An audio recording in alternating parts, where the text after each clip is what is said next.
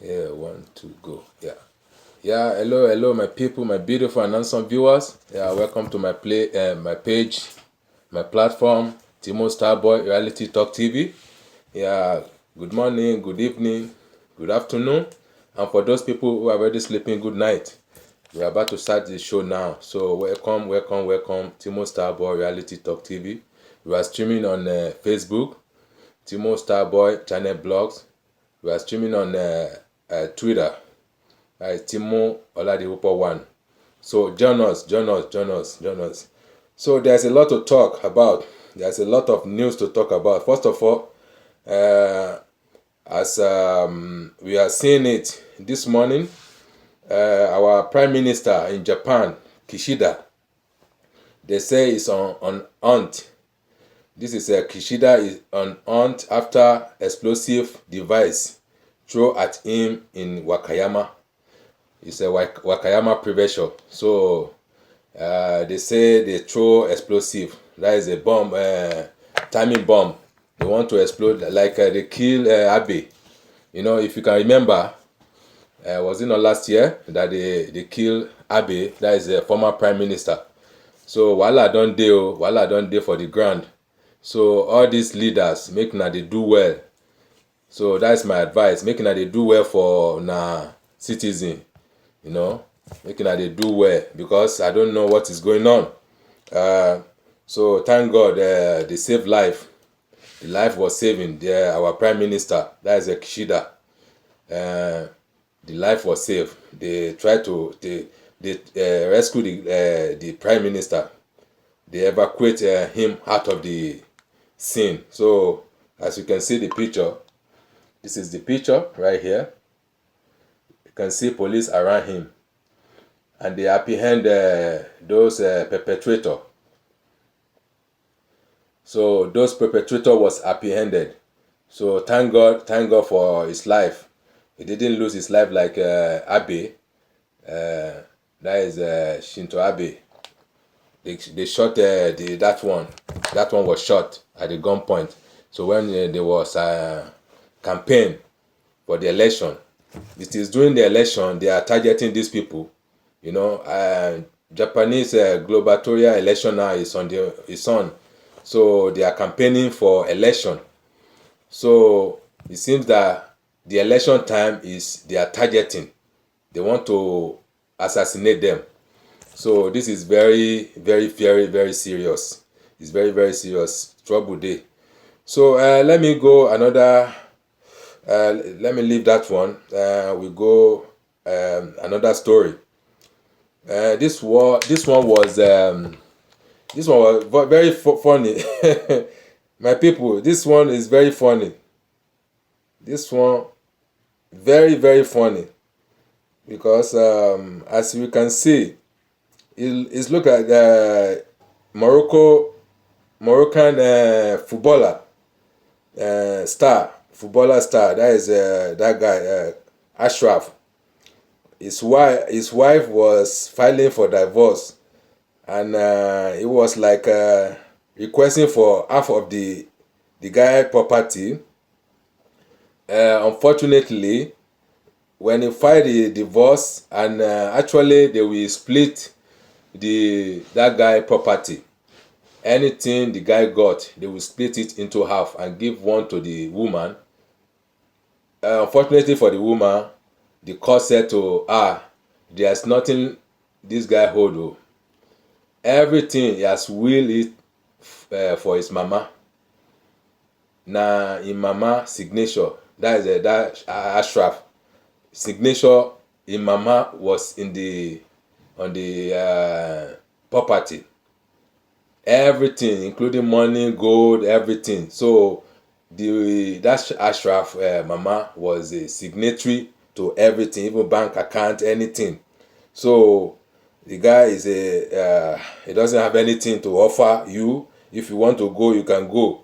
So in this sense, you know, I will say that, you see, if you are just dealing with a gold digger, this is how they will threaten your life. Because in America, that is where all those gold digger, they are many. that is their house, that gold diggers woman. They will be targeting your wealth. They will be, frustrating your life. They will be frustrating your life for nothing. Because you didn't do them anything, but they will want to frustrate your life because you are a rich person and they want to dig the gold out of you. So this is a sense we need to be borrowing ourselves in this kind of junction. You see that guy, had it been that he's not wise enough, they should have just make his life so difficult. And this guy was a young guy. He was a young guy of age, just started. He started his career, and people want to, they want to scrutinize his career, his life. They want to destroy his life. You see, all this kind of woman. And this woman is 36 years. 36 years. The guy was 24. That is 12 years above. The lady was senior the guy 12 years above. Because 24 minus 36, that is 12 years. 12 years. 12 solid years. Even in my myself, that is his auntie, the guy carry. And the guy was so smart. He's so smart that he's outsmarting the lady. You see, this is a cruel world. Especially all these our women that we are carrying. These our women will say we love, with our heart. And they are planning another game on you. They are planning another game entirely. They don't show love. They don't show anything.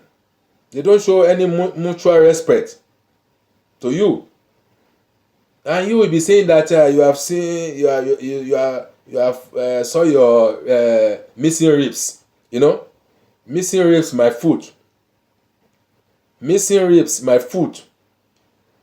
They don't have anything to offer you. It's only about money. If you are a rich guy, there they go. If you are not rich, they don't follow you. They don't follow you. I'm just looking for the video.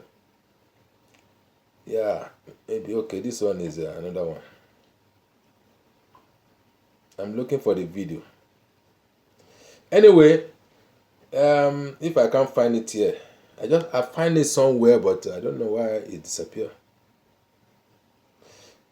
So that is it. That's the story. That is the story. If you are not vigilant, if you are not wise enough, this woman, they will spoil your life. They will totally mess you up. Not all women, so don't get me wrong. Not all women are bad. Not all women. I'm not condemning all women because my mother is there, my sister, my sibling, all of them, they are there.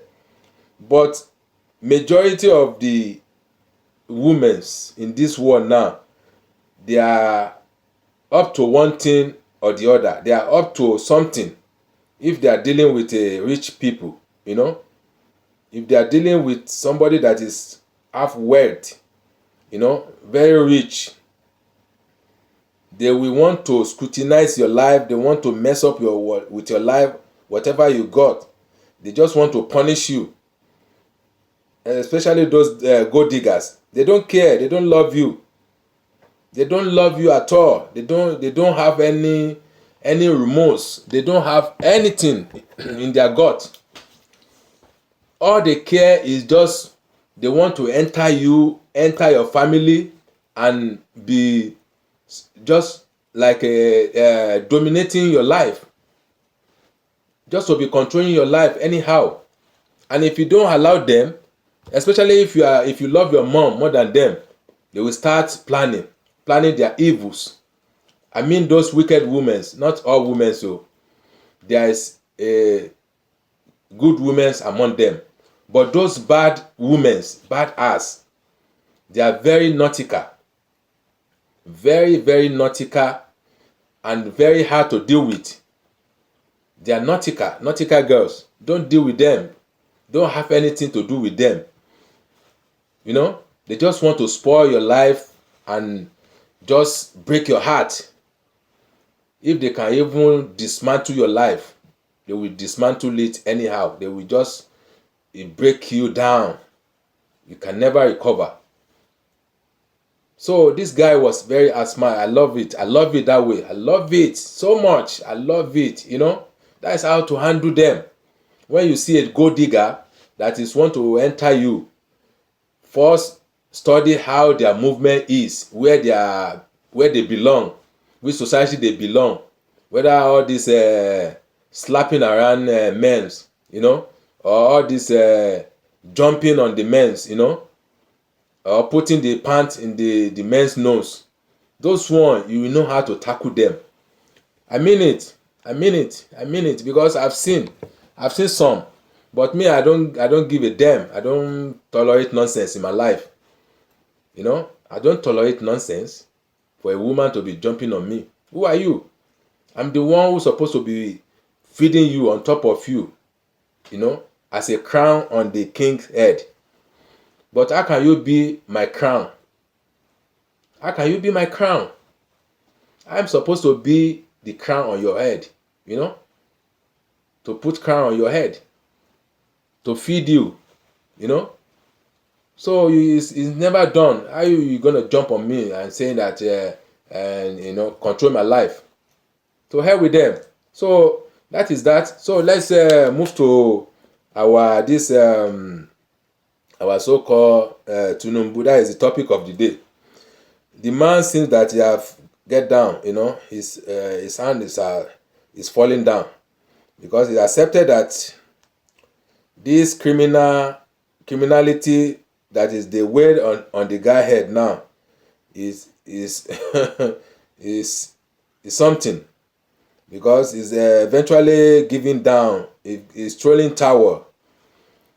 He's throwing towel now, saying that okay, they have handcuffed him, so there's nothing he can do to agree to the charges.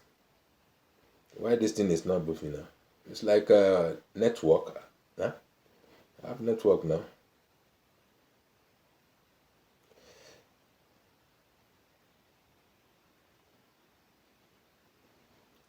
So, my people,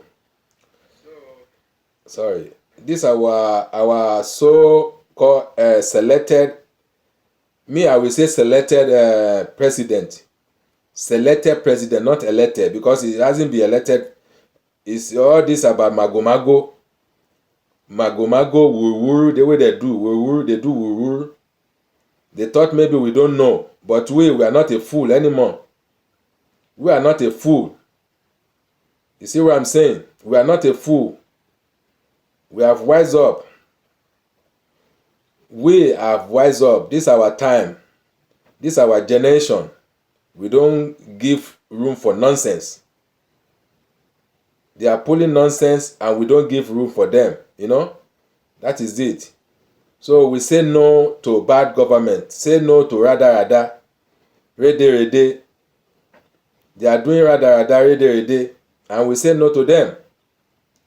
So we cannot allow the bad president to rule on us.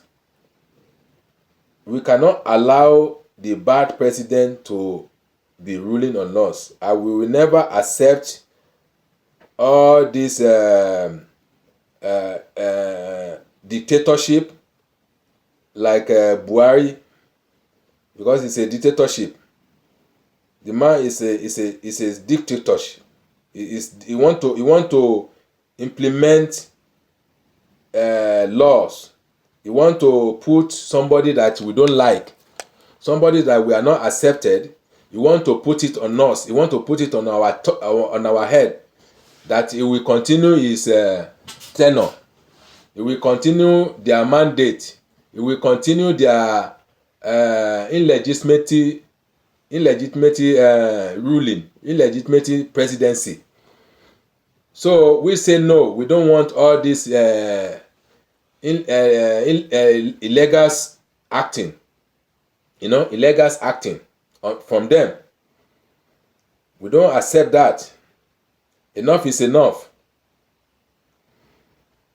We want legal. Everything should be justified. Everything should be justified. That is what we want in our judiciary. We don't want any corruption. We don't want any rada again. Any rada, we don't want it in our life. So enough is enough. Enough is enough. Àwọn Yorùbá ní alùbàtà ò ń dárin. Alùbàtà kì í dárin. Ẹni tó bá ti ń lu bàtà tó gbé bàtà dání báyìí, tó wá máa ṣe pọnlá pàpà. Ṣé òun ló tún máa dárin? Torí orin ẹ̀ gan kò ní tà létí. The music will not be selling in the ear of people that they want to listen. Okay, this is the guy. Okay, this is the guy. You can see. This is Ashraf here. Ashraf, you see? That is a Moroccan superstar footballers. The guy was just upcoming superstar, just upcoming superstar, just earning the money now. And this fine ogbonge, what can I say to her? Gold digger. As you can see the face, this is the gold digger, very beautiful gold digger. Selling market. How market? How market, mama? How market? Let me read the story for you.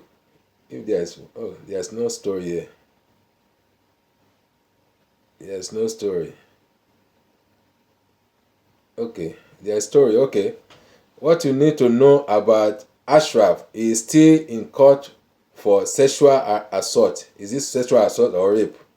They say because they charged the guy for sexual assault. I don't know whether it. Oh my God, this guy is in soup. So many are praising him, and many are condemning the wife and calling her name like gold digger. All which is very unfortunate. So Akime invites a woman into his matrimonial home when his wife and kids travel out of holiday. Okay. Hakim and that woman were intimate, and then the woman later accused him of rape. Hakim didn't deny that he invited the woman into his matrimonial home for intimacy. Hakim only denied the accusation of rape. The case is still in court, which means that rape is already alleged against him pending the determination of the court.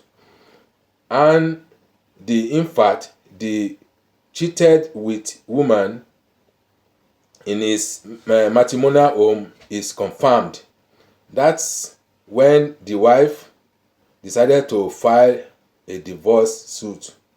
Okay.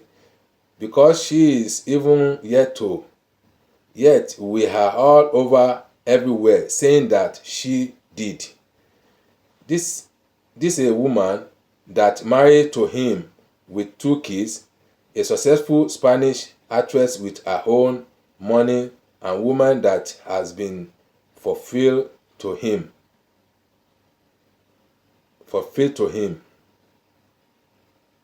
Then she find out the husband that she has been fulfilled to cheating in their matrimonial home. That's a rape case is alleged against him, and that is accepted.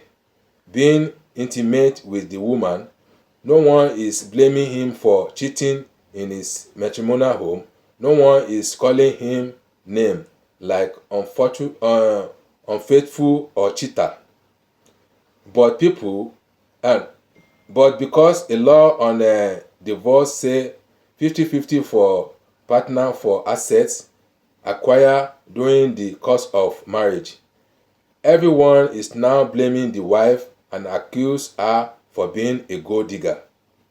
Everyone is forgetting that Hakeem cheated.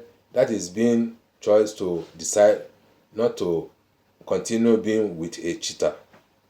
Anyway, that is somebody's writing here. Somebody is just writing here according to how he observed the matter. How we think about the matter. It's not about the court judgment. But they say the case is still in the court of law. So the court will decide whether he's found guilty or not guilty. But this is the matter of 50-50 case. So 50-50. Anyway, maybe the woman, not to judge too much, maybe the woman is because as the kids is among them, is in between them, so I can say the woman has a chance too. But anyway, as the case is, they say Hakim, that is Hakimi, Sharaf, Ashraf, Ashraf Hakimi was not having anything at his own possession. Everything belongs to his mother, because the mother is a signatory to the everything. So how the court is going to judge that is left for them. So let's move on to this our topic of today. That is the main topic. That is Asiwaju Bola Hameed. That one is another blow. Heavily raining. The raining hell. So criminal all over the places. Just in more trouble waiting. This one is okay. I don't know if he.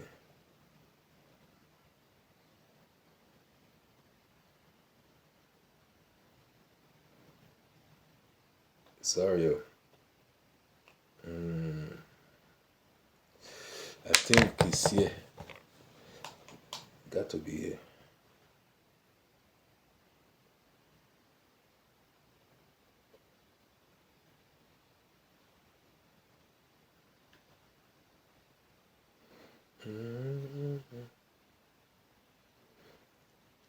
You see the guy.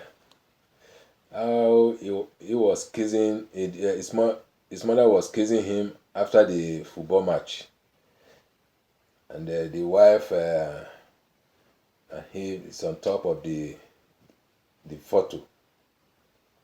See, very funny case. It's a very, very funny case. So it's only God can judge between them. What happened between them, me, I don't know. Me, I can't tell. So it's left for God. God say, "You shall not be judged. I am in the possession. I am in the area of judgment. So it is God who is going to judge us all, not individual." Where is this?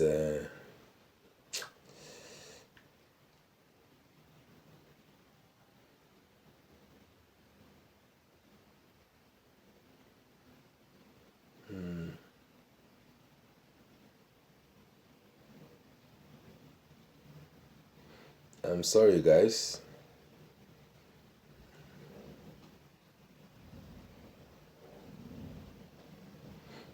Just wait a minute.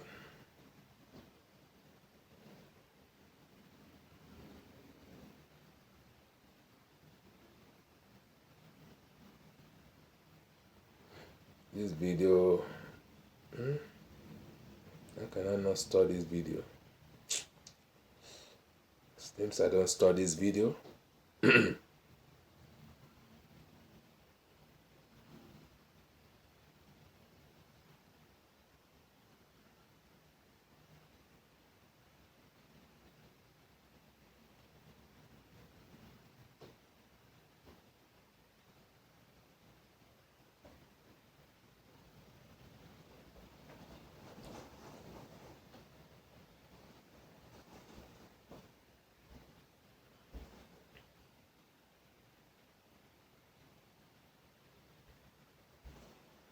Sorry,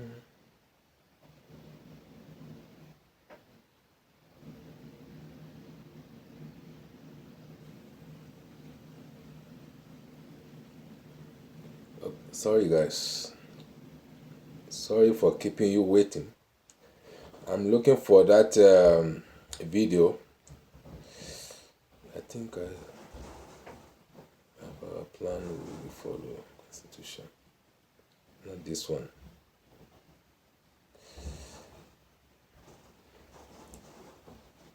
If we don't store this video properly, that's the way. Commission has come out to see. Not this one.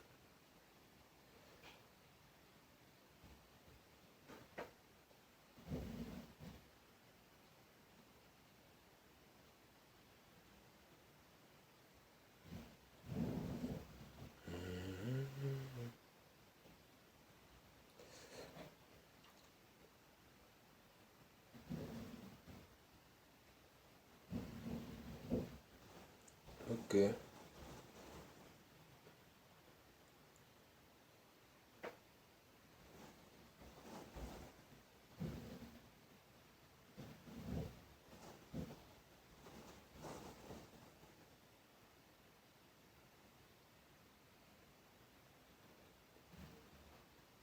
Let me give you this one.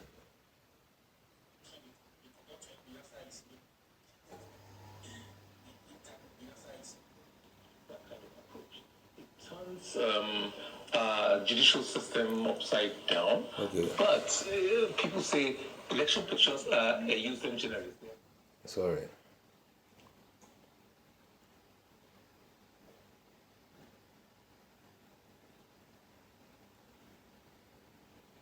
They are unique. They are different from normal criminal and normal civil procedures. So we should find a unique system and a unique body of laws to deal with its approaches, both in evidence in terms of the Defending of INEC in court. Today, and as has been for as long as I can remember, INEC must defend themselves because they are criminal. In all election petitions, even they are criminal too. You're not complaining necessarily about the conduct. For example, if you say somebody is not qualified, he's a drug addict and has been convicted, or he's been convicted of an offense involving dishonesty, technically it doesn't concern INEC because INEC has no right from the Supreme Court decision in Article Baskas against INEC, Baskas case against INEC, that no matter who the party presents, you have no right to disqualify. Only the courts have a right to disqualify.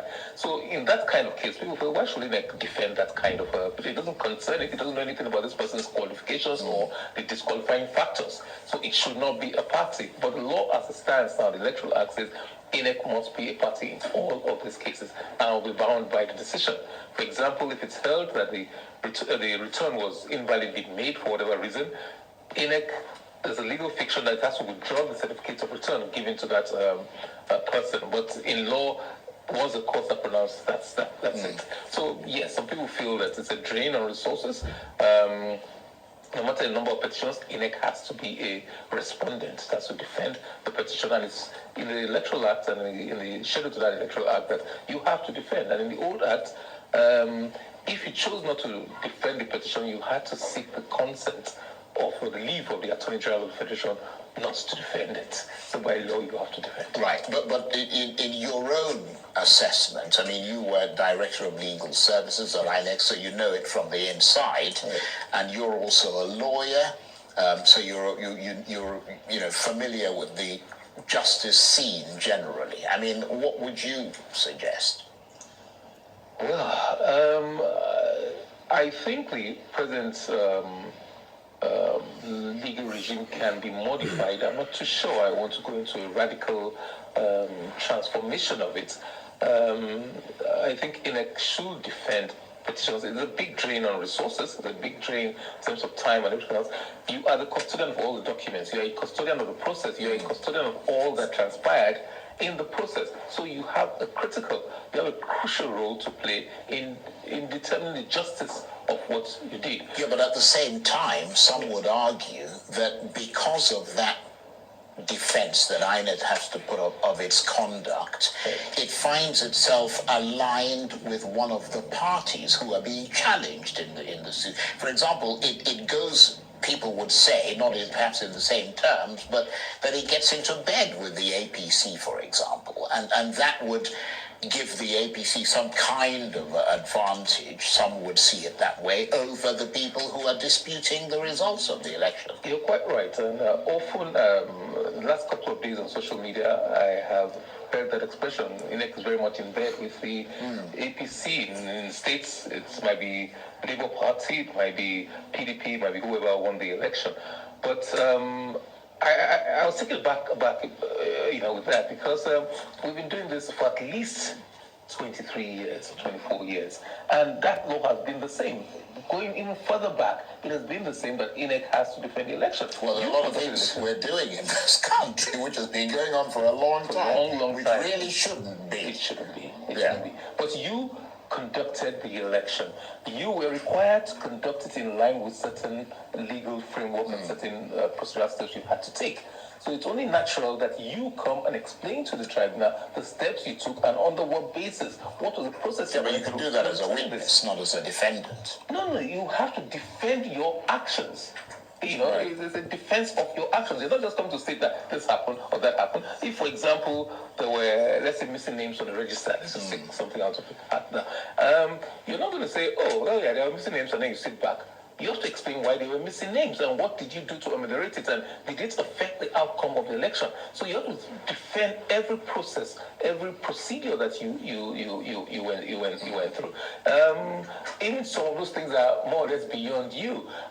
Voter suppression, let's take that for example, is a security issue. But did that affect the outcome? And people say, well, INEC, you should have stopped the election. Whether they can do that legally, I don't know. But they say you should have stopped the election and not made a return. That's a very good point. In those areas. So why did you not do so? So it behoves the commission to come and explain to the justices of the court or the tribunal why it did not do so, and how, if at all, it did not affect the overall outcome of the election. So it's a question of, was there substantial compliance, not necessarily strict compliance, but substantial compliance with the laid down rules, procedures outlined in the Act and in the Constitution. Very, very interesting. So what in your assessment is at the heart of these cases? Is there a central theme that unites all the petitions that have been filed against the results of the presidential election? Is there something you can point to? I've read 2 or 3. Unfortunately, I don't think I've read the APM petition. I'll endeavor to lay my hands on all of them so that maybe I can come with a more informed position next time where you invite me here. But yes, I think they're all united, and that's why the petitions have been presented. That, look, this man that was returned was not returned with total lawful votes. The majority of lawful votes cast at the election. The only 3 or 4 grounds were presenting petitions, and I think most of the grounds are restricted to about 3. Let me take the Labour Party one. That, look, this man is not qualified because of his conviction. I'm not too sure that is in the PDP one because of his conviction. Yeah, that's in the Labour Party one. Yeah. Was there a conviction? What is the import of that conviction, and how does it go on with what the law says, the constitutional provision for disqualifying a person who has been convicted of a felony? But one recurring thing is this failure or lateness in uploading the results. I think technology basically is an issue. Well, yes, technology. Technology, let me qualify that. Technology is the issue. The use of the beavers is not a problem. The scanning of the beavers, and by the way, the beavers is not the Electoral Act, but it is a coinage of the Commission of the National Electoral. What is in the Electoral Act is you use the smart card reader. The Act, even when it came, was already dated because INEC had moved on from the 7th. But fortunately, after spending much money, 300 billions naira. Another technological device. And they use fake accreditation. Fake beavers. Accreditation. The problem with accreditation in some of the petitions was that there was overvoting in certain places. You think we are helpful? There was overvoting, and the definition of Chairman Yakub, you are a fool. Prior to now, with your bigotry. The total number of registered voters in that particular polling unit. But now it is that there were you are typically a big fool. Number of accredited voters, which makes more sense. So you don't say because it's how many people who turned using fake devices with our money, our taxpayer money. You should In not fact, have you will rot in jail. votes cast for all the parties put together. So that's a good thing, and that's where the beavers has been a wonderful thing, and that is one of the reasons. Say, look, in certain places they have found out that there was overvoting because many people voted without passing through the beavers. The law says you must pass through that. See how they are conducting, technological device, which INEC has putting ballot box on the ground. And the uploading of result, but the problem I see with the uploading of Very result local. is, you cannot say that it's a necessary Very local. It's a precondition. See. And the law says that, look, before you start collation, the collation officer they are going to use the real device, the real machine, using plastic bucket. In the EC8 series. See, plastic bucket. That is the result sheet. So ensure that they correspond, that they're correct. And then, second thing he does is, look, we collect billions of naira. Polling units electronically.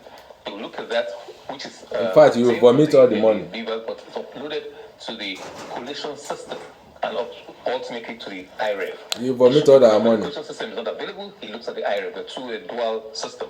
He now looks at that and says, look, okay, great. What are the scores of the parties? Party X got 200, Party Y had 150. That's to ensure that is exactly the same as it is recorded in the. And did INEC fail to do that in your assessment? Yes. You know my assessment, the factual thing, it will appear so. And because, well, I know of the IREV, I don't know about the collation system, because we are not privy to the collation system. So the administrators and those few people in the INEC who are probably returning officer, collation officers who are privy to the collation. But the IREV is supposed to mirror that collation system. Yeah. So we know that most of the presidential results were not uploaded. Even as at the time that the return was being made. It wasn't at all. In my assessment, it was dubious one. What effect that has? Very dubious. I don't know. That is now for the tribunals for Court of Appeal to determine. So, and they're arguing that yes, that might be so, but it's not sufficient to vitiate. It's not sufficient to annul the election. And the petitioner saying no, it is sufficient to annul the election. You know, because the issue in the look, okay, fair enough, even if we did not do this, you had copies of those results. And if you tally them up, it's not, according to INEC, it's not significantly different from the result we eventually announced. And if you recall, during the collation, the chief returning officer of the Constitutional Electoral Commission and the chairman made allusions to that. Do you have a contrary result? If you do, kindly produce it. So I think that has been carried on to the reply and the defense in the petitions of the Court of Appeal, saying, look, yes, I might have given you, I gave you a result, I gave your agents a result. Fair enough, I may not have uploaded us at that time because we had technical glitches. So the result I am now announcing, and the result I am now uploading or subsequently, or the result I am now producing here, it's not different from that which I gave to you. In some cases, we have seen that there are some differences. But how widespread that was, I don't know. It has to be demonstrated in the courts for them to see. That's a very good analysis. And do you normally have this number of legal challenges against the result of a presidential election in Nigeria? I mean, at the last count, there were about 5 or so. Yes, 5. I'm aware of 5. I don't know that anymore. The time for filing is closed, so I just presume there are only 5. Now, let us not compare cheese with apples. There are a lot fewer political parties now, 18. I think the last time it was 83 or 84 that contested the election. So if there are more, then it's not to be unexpected. Right. Results have been challenged in this country. Results have been very controversial. In 1983, I think there were 5 political parties. So I don't think all 5 of them, if I remember correctly, PRP did not go to court. Bola did in 1979, for example. With the more political parties there are, the chances that there will be more cases of petitions. In 2007, I was director legal. I think we had over 600 odd petitions. I can't recall now how many were challenging the presidential election. Okay, I find the video I'm looking for. Video of Tinubu. So we'll play after this one. Buhari had challenged him so many times. Democratic We'll play after this one, guys. Uhuru has challenged so many times. Fresh with Chris Okoti has challenged severally. So there are lots of people, some names, nostalgia is taking over. When you're reminiscing about that past, I mean, I wonder, when you were the director of legal services at INEC, I mean, how much of your time would usually be taken up by these legal challenges in a post-election dispute resolution period? Would you be tearing your hair out about now, for example? About 25 hours in every 24-hour period. Wow. Probably.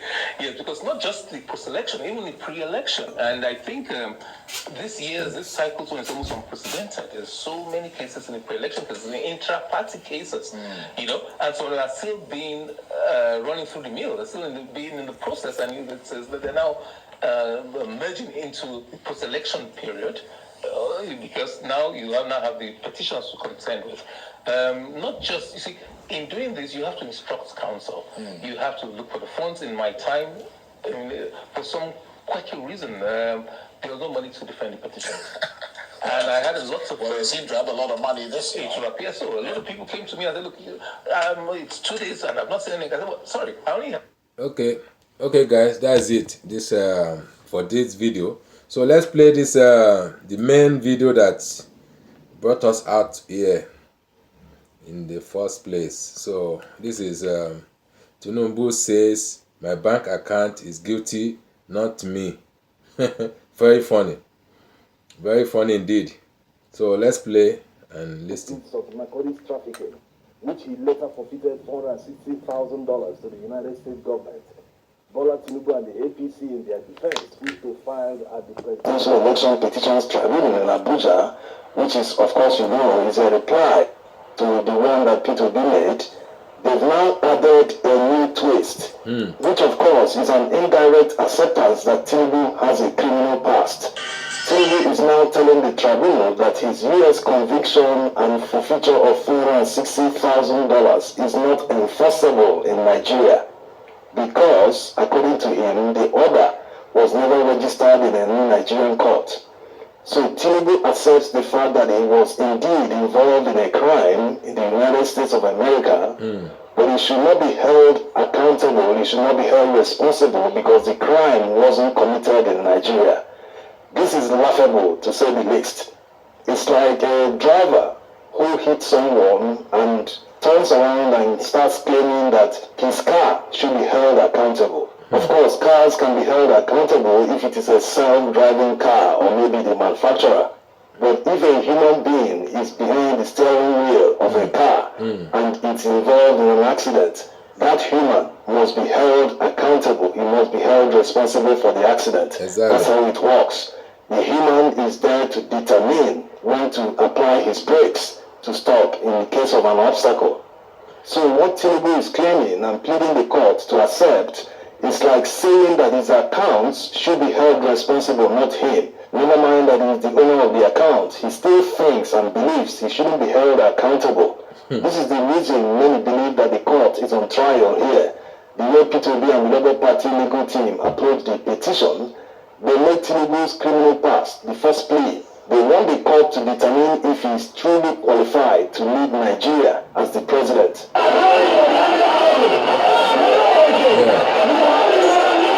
Yes, all these petitions at the Presidential Election Petitions Tribunal will finally end up on appeal at the Supreme Court. Whichever party that loses will have the right to appeal at the Supreme Court. And the Supreme Court is not just the final arbiter in Nigeria. Their judgment sets public policy in Nigeria. All the confusion currently going on in Nigeria about the 25% requirement in Abuja, although it is clearly written in English, but some people are trying to make a meal of it, because it doesn't favor them. They want to interpret it in their own way. So the Supreme Court will set the standard going forward. Whatever decisions they take this time around will be a standard that politicians and Nigerians going forward will be following. No more confusion, no one saying this will be done this way or done that way. INEC, for instance, should know the provisions of the law. They should have legal advisors who should tell them this is the position, this is that, no confusion. So the Supreme Court will have the opportunity to decide. Whatever they decide this time around will be the policy going forward.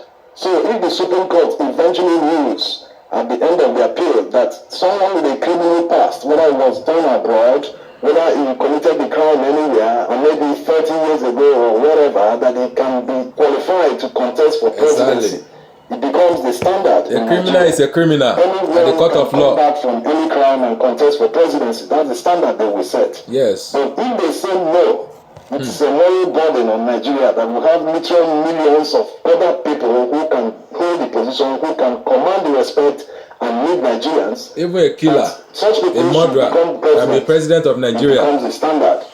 Also, going by Tinubu's argument that the crime was not committed in Nigeria or that it wasn't registered in any Nigerian court, what of the NDLEA Act that commits people to prison? People who went to jail abroad on their return in Nigerian soil, they are arrested and committed to prison to serve some time for disgracing Nigeria abroad. That's a good Nigerian point. citizens should live exemplary life That abroad. is a good point. And when they are involved in crimes, especially crimes that are fraudulent, drug-related and all that, it brings disgrace. A criminal cannot be our president. So that was why it was added in the NDLEA Act. There are other laughable defense pleas that Tinubu and the APC are praying the court. But we shouldn't waste our time. Say no to criminal leader. Is that they are asking the court to throw away the petition of P2B. Say no to criminal leadership. Even INEC is claiming they are saying that Esclo Pablo cannot be our president. The fact that INEC couldn't give the proof to the Labour Party legal team when they requested for it. It's very amusing that they are banking on technicality to win instead of providing the court the evidence that they actually won the highest number of Esclo Pablo cannot be our president. Cannot lead us. Never. They didn't show that they made 25%. Never. We cannot accept it. Abuja is not required. Cannot accept it. Has a lot of work to do. We cannot accept they it. decide will be Nigeria's policy going forward. If they say that say no to bad leader, say going no. forward, everyone with such baggages Other leader, we don't need they them. say no, we can't contest, or they say yes, that 25% is required in Abuja like it was done in the past, the Supreme Court might need to reverse itself because the Supreme Court has ruled before that 25% is required. Let's wait and see how the court will decide. The people are okay. So that is it for the. I think okay. It's not. It's still on. Seriously, Nigerian politicians have no shame. What kind of chronism will make politicians prefer a man who has many baggages and forfeited thousands There's a lot of points in this talk. of narcotics trafficking? Guys, listen to it very well. His only crime is that he had the audacity to contest the presidency out of the two major parties. If things are working perfectly in Nigeria, people like Tinubu will run for office because he will be more concerned about the attention his conviction and forfeiture will bring to him than whatever he stands to gain. But look at his audacity. Why will the worst of us be presiding over the affairs of Nigeria? We will have literal sense and intelligent individuals who can run the country better. There are many more thousands of P2B in Nigeria, and yes, P2B is literally a saint as far as politicians are concerned, not just in Nigeria, but in the world. Even in Europe and America, there are many politicians with baggages and scandals. He has no single scandal, no baggages, and most importantly, he is competent. He actually knows what governance is all about. Unlike many politicians today, someone like Buhari that doesn't have any solution to many problems in Nigeria. They are criminals, bunch of criminals. What is happening in Benue and the Northwest? Are they not humans that need protection? No solution to the insecurity there since how many years and counting? This was Buhari's main promise in 2015, but 8 years later, we haven't made progress. If you can't solve it the first time and the second time, for the 18th time, it clearly shows that you can't do the job. No company, bank, or organization will tolerate a manager or CEO who have failed in his duties and possibly brought the organization below what it was before he took over. If an ordinary company can't tolerate it, why do Nigerians tolerate it? Why do Nigerians tolerate incompetent politicians? This goes on in many sectors and people don't really care. Even people directly affected by the incompetence of the government. in managing their affairs. They don't care, because if they actually did, the kind of results we saw during the presidential election from places worst affected by insecurity wouldn't have been so. You do not reward an incompetent politician. If you do that, then you become part of the problem. No excuse should be tolerated when a problem with no solutions persists in our society. If we tolerate excuses from those in power, that means we might not be able to solve some problems in a century or even 500 years. Exactly. Now, let's see the implication of the recent ordeal of P2B in London, where they stopped him and said that he was a victim of impersonation. This is a very serious issue, and since he was stopped at the airport, that means someone is using P2B's passport Yes. and exact duplicate all the bio data at the same. How did that That's individual implication get access to for the this? implication It purpose. can only come from someone that has top-level privileges at the immigration, because they are the ones that issue Nigerian passports to citizens. Yes, yes. Is the government investigating the issue? Because if they don't, that means they are complicit. Maybe that was the reason they have been mounting pressure on P2B to leave the country and go on exile. Having lived in the UK for several years, maybe they thought that London would have been his preferred destination if he decides to go anytime. Also, P2B might have gotten a tip from someone inside who urged him to go quickly to London in order to avert whatever crime the person wants to commit. The person that is using his biodata and impersonating him. In all this, the government might be complicit. Or if they are not, they should launch an investigation if one hasn't been launched already, so as to clear all doubt. The essence of the secure new Nigerian passport is to prevent impersonation like this. Yes. They shouldn't be playing politics with everything. If they are trying to send a message to the world that two persons in Nigeria can share the same passport, they can have the same biodata, then no problems. But if they want to prove to the world, yes, we are a law-abiding country where things must be done right, they should launch an investigation already. Yes. Remember that this is the reason Trump blocked Nigerians from coming to the United States when he was in power. Is the Nigerian government trying to prove Trump right?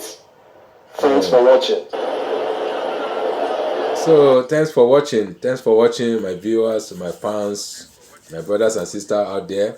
So, that is it for you today, you know. That's how we have it for you today. So, next time, we bring more updating on the news, what is going on around the world.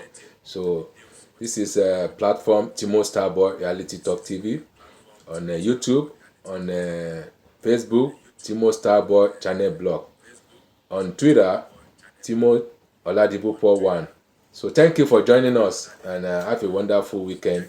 Bye. I love you all. Mwah.